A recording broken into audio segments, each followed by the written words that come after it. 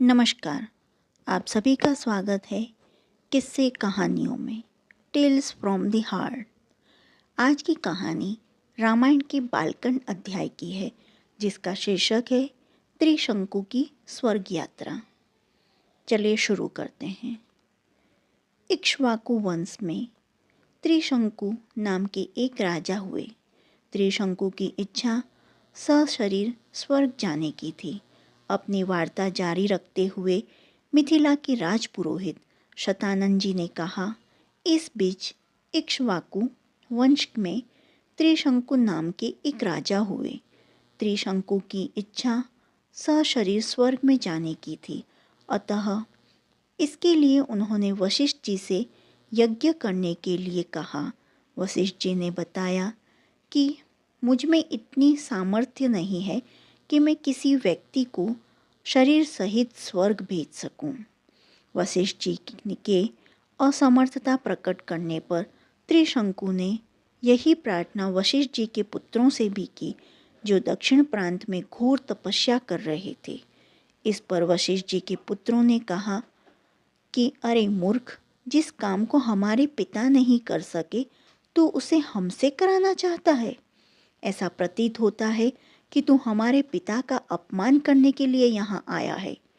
उनके इस प्रकार कहने से त्रिशंकु ने क्रोधित होकर वशिष्ठ जी के पुत्रों को अपशब्द कहे।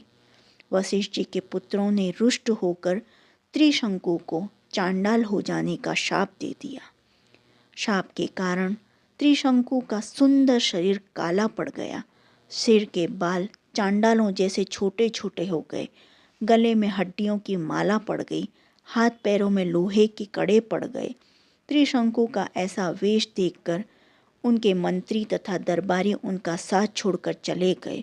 फिर भी उन्होंने सशरीर स्वर्ग जाने की इच्छा का परित्याग नहीं किया।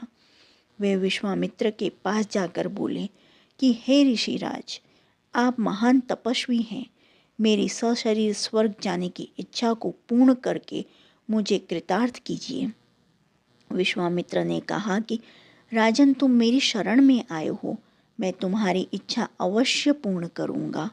इतना कहकर विश्वामित्र ने अपने उन चारों पुत्रों को बुलाया जो दक्षिण प्रांत में अपनी पत्नी के साथ तपस्या करते हुए उन्हें प्राप्त हुए थे, और उनसे यज्ञ की सामग्री एकत्रित करने के लिए कहा। उन्होंने अपने शिष्यों के द्वारा वशिष्ठ के पुत्रों सहित वन में रहने वाले सब ऋषि मुनियों को यज्ञ में सम्मिलित होने के लिए निमंत्रण भी भिजवा दिया। शिष्यों ने लौटकर बताया कि सब ऋषि मुनियों ने निमंत्रण स्वीकार कर लिया है, किंतु वशिष्ठ जी के पुत्रों ने यह कहकर निमंत्रण अस्वीकार कर दिया कि जिस यज्ञ में यजमान चांडाल और पुरोहित क्षत्रिय हो, उस यज्ञ का भाग हम स्वीकार नहीं कर सकते। यह सुनकर विश्वामित्र जी ने क्रुद्ध होकर कहा कि उन्होंने अकारण ही मेरा अपमान किया है। मैं उन्हें शाप देता हूँ कि उन सब का नाश हो। आज ही वे सब कालपाश में बंधकर यमलोक को जाएं और 700 वर्ष तक चांडाल योनि में ही विचरण करें। उन्हें खाने के लिए केवल कुत्ते का मांस मिले और सदैव कुरूप बने रहें। इस प्रकार शाप देकर वे यज्ञ की तैयारी में लग गए।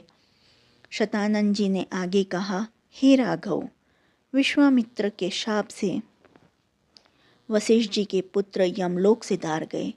वशिष्ठ जी के पुत्रों के परिणाम से भयभीत सभी ऋषि मुनियों ने यज्ञ में विश्वामित्र का साथ दिया।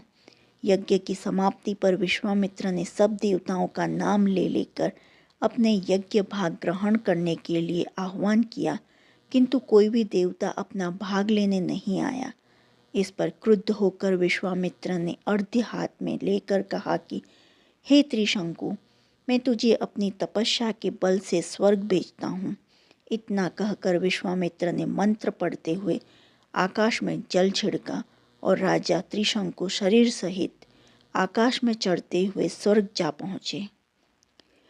त्रिशंकु को स्वर्ग में आया देख इंद्र ने क्रोध से कहा कि रे मूर्ख, तुझे तेरे गुरु ने शाप दिया है, इसलिए तू स्वर्ग में रहने योग्य नहीं है। इंद्र के ऐसा कहते ही श्री त्रिशंकु सिर के बाल पृथ्वी पर गिरने लगे और विश्वामित्र से अपनी रक्षा की प्रार्थना करने लगे। विश्वामित्र ने उन्हें वहीं ठहरने का आदेश दिया और वे अधर में ही सिर के बल लटक गए। त्रिशंकु की पीड़ा की कल्पना करके विश्वामित्र ने उसी स्थान पर अपनी तपस्या के बल से स्वर्ग की सृष्टि कर दी और नए तारे तथा दक्षिण दिशा में सप्तर्षि मंडल बना दिया। इसके बाद उन्होंने नए इंद्र की सृष्टि करने का विचार किया, जिससे इंद्र सहित सभी देवता भयभीत होकर विश्वामित्र से अनुनय विनय करने लगे। वे बोले कि हमने त्रिशंकु को केवल इसलिए लौटा दिया था कि वे गुरु के शाप के कारण स्वर्ग में नहीं रह सकते थे। इंद्र की बात सुनकर विश्वामित्र जी बोले, मैंने इसे स्वर्ग भेजने का वचन दिया है, इसलिए मेरे द्वारा बनाया गया यह स्वर्ग मंडल हमेशा रहेगा और त्रिशंकु सदा इस नक्षत्र मंडल में अमर होकर राज्य करेगा।